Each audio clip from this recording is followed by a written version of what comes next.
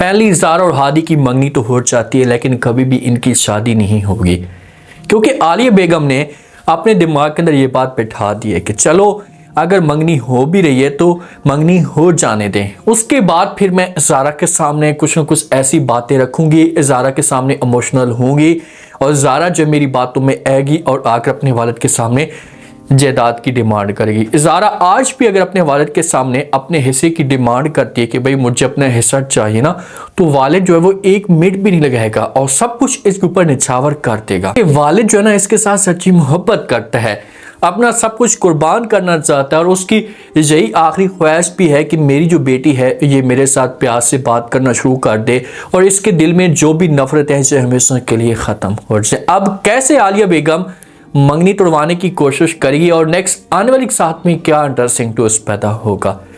जिस वक्त आलिया बेगम ये डिमांड करती है, सबके सामने ये बात कहती है कि भाई मैं चाहती हूँ, क्योंकि मैंने माँ की तरह ज़ारा को जो वो पाला है, तो मैं चाहती हूँ कि ज़ारा की जो मंगनी है इसे मेरे घर के अंदर हो। तो वहाँ पर जो ज़ारा का वालिद होता है और ज़ारा की जो सौतेली माँ होती है ये बात करते हैं, समझाने की कोशिश करते, और इधर जो ज़ारा का खालू होता है ना ये भी समझाते, तो फिर आलिया बेगम के पास कोई भी ऑप्शन नहीं बचता। फिर मजबूर होकर बात मान लेती कि चलो ठीक है, अगर आप लोग ऐसा करना चाहते हैं तो कर सकते हैं। और ये लालच में भी आ जाती कि यार अगर मेरे घर में होगी तो मैं रोटी भी बनाऊंगी, सबके लिए कुछ ना कुछ मेरी जेब से खर्चा हो जाएगा। तो ये इसी वजह से इनकार कर देती और कहती कि जो भी आप लोग करना चाहते हैं करें, मुझे किसी किस्म का कोई भी एतराज़ नहीं। अब तैयारियाँ चलना शुरू हो जाती हैं। ज़ारा भी खुश होती है क्योंकि ज़ारा हादी को पसंद तो करती थी ना, चाहती तो थी, तो इसी वजह से ज़ारा के चेहरे के ऊपर भी मुस्कान होती है। जब आलिया बेगम घर के अंदर आती है ना तो मेहरू उसे परेशान दिखती है ना, तो अपनी माँ से पूछती है, माँ को कहती है कि माँ जी क्या हुआ, तो आगे से आलिया बताना शुरू कर देती है कि भाई ज़ारा की मंगनी हो रही है। मेहरू कहती कहाँ होगी, तो आलिया कहती है कि भाई उसके जो वो वालिद के घर में होगी। तो वहाँ पर मेहरू की आंखें खुली की खुली रह जाती हैं और अपनी माँ को कहती है कि माँ जी हाय अल्लाह ये आपने क्या कर दिया। वहाँ तो बड़ी तैयारियाँ चल रही होंगी और उसका जो वालिद होगा इसके ऊपर सब कुछ निछावर कर देगा, तो भी इसके दिल की मुराद होगी वो सारी की सारी पूरी होंगी। तो आगे से आलिया बेगम कहती है कि भाई वो सब कुछ ठीक है, लेकिन आपको इतना ज़्यादा क्यों दर्द हो रहा है, ये तकलीफ़ हो रही है, खर्चा तो उन लोगों का हो रहा है ना, खर्चा कोई हमारा थोड़ी हो रहा है। तो मेहरू कहती है कि माँ जी खर्चा सब कुछ मैं करवा देती, लेकिन कम से कम आप इस जिद पे तो रहती कि भाई जो ज़ारा है इसकी मंगनी मेरे ख़ानदान में हो या मेरे घर में हो। आप इस की डिमांड तो रखती ना, आपने कोई भी डिमांड नहीं रखी। आप देखिए कि वहाँ पर जब उसकी सारी की सारी मुरादें जो होंगी ये पूरी हो जाएंगी, जो भी उसके ज़बान से अल्फाज निकलेंगे ना तो वालिद उसकी हर सूरत में डिमांड पूरी करेगा।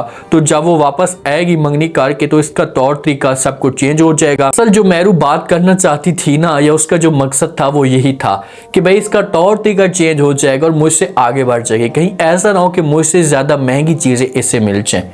ऐसा ही होता है जब ज़ारा जो होती है इसे वालिद के घर में होती है, तो वालिद जो होता है ये ज़ारा को अपने पास बुलाता है, इसके साथ बात करता है, इससे कहता है कि भाई अगर तुम जो है वो तहरीन के साथ जाना चाहती हो, जो ज़ारा की सौतेली माँ है उसके साथ तुम ऐसा करो कि चली जाओ और आपको मैं जो ATM कार्ड दे देता हूँ या पैसे दे देता हूँ, जितने भी पैसे चाहिए, और दुनिया की कोई भी चीज़ आप ख़रीदना चाहते हैं ना तो ख़रीद सकते हैं। यहीं से ज़ारा को समझ जाना चाहिए कि यार खाला में और वालिद में कितना डिफरेंट है। जो माँ के दावे करती है उसकी क्या बातें होती हैं और जो एक वालिद है मेरा खून का रिश्ता है और उसकी क्या बातें हैं।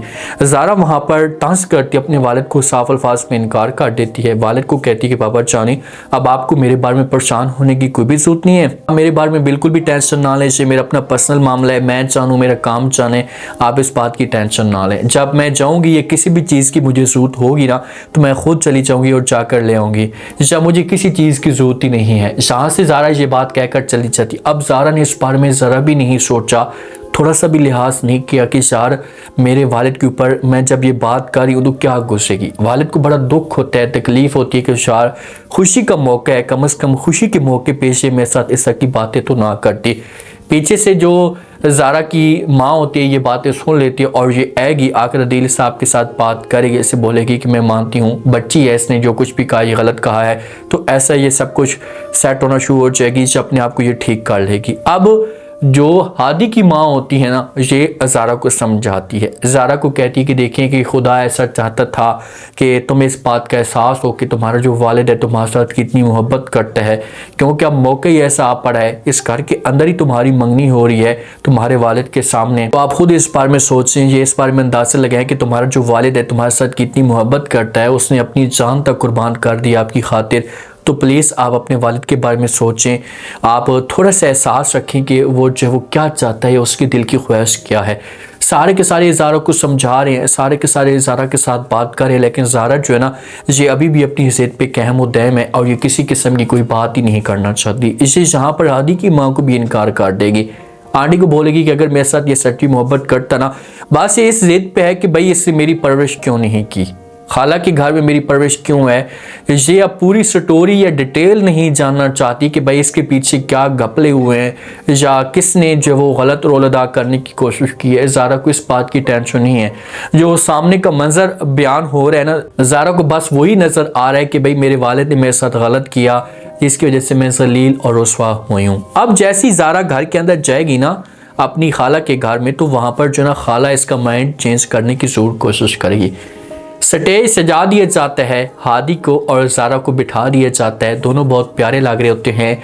दुनिया की हर चीज़ ज़ारा के पास होती है और ज़ारा इतनी प्यारी लग रही होती है। ये जो वो हादी पहले से अंगूठी पहनाता है, उसके बाद जो वो घर वाले सारे के सारे बात करते हैं, मुबारकी देना शुरू कर देते हैं। ज़ारा को भी कहा जाता है कि आप भी हादी को अंगूठी पहना है। ये हादी को अंगूठी जो वो पहनाती है और जैन जो होता है इसे माहौल देख रहा होता है और जैन जो होता है यही बात करते हैं मेहरू के साथ कि भाई देख लें ज़ारा कितनी प्यारी लग रही है। और मेहरू से ज़्यादा चीज़ें ज़ारा के पास होती हैं और यही सब कुछ जो है ना मेहरू को अच्छा नहीं लगता। जब घर के अंदर ये आएगी ना तो अपनी माँ के साथ आकर बात करेगी, माँ को बोलेगी कि माँ जी मैंने आपको कहा भी था, मैंने आपको मना भी किया था कि जो वो शादी का जो फंक्शन है वहाँ पर नहीं रखना, अगर आपने मेरी बात मान ली होती तो आज ये सब कुछ ना होता। देख लें कि ज़ारा के पास इतना सब कुछ है। तो माँ जो से बोलेगी कि भाई इस बात की आप टेंशन ना लें, हम इस मसले का भी हल निकाल लेंगे, बस आप थोड़ा सा सब्र करें। अब ये लोग क्या कर सकते हैं, देखें जब ज़ारा आएगी ना तो ज़ारा के सामने इन्होंने जो वो हसूत में बात ये रखनी है कि भाई ज़ारा आप अपनी जायदाद की डिमांड करें।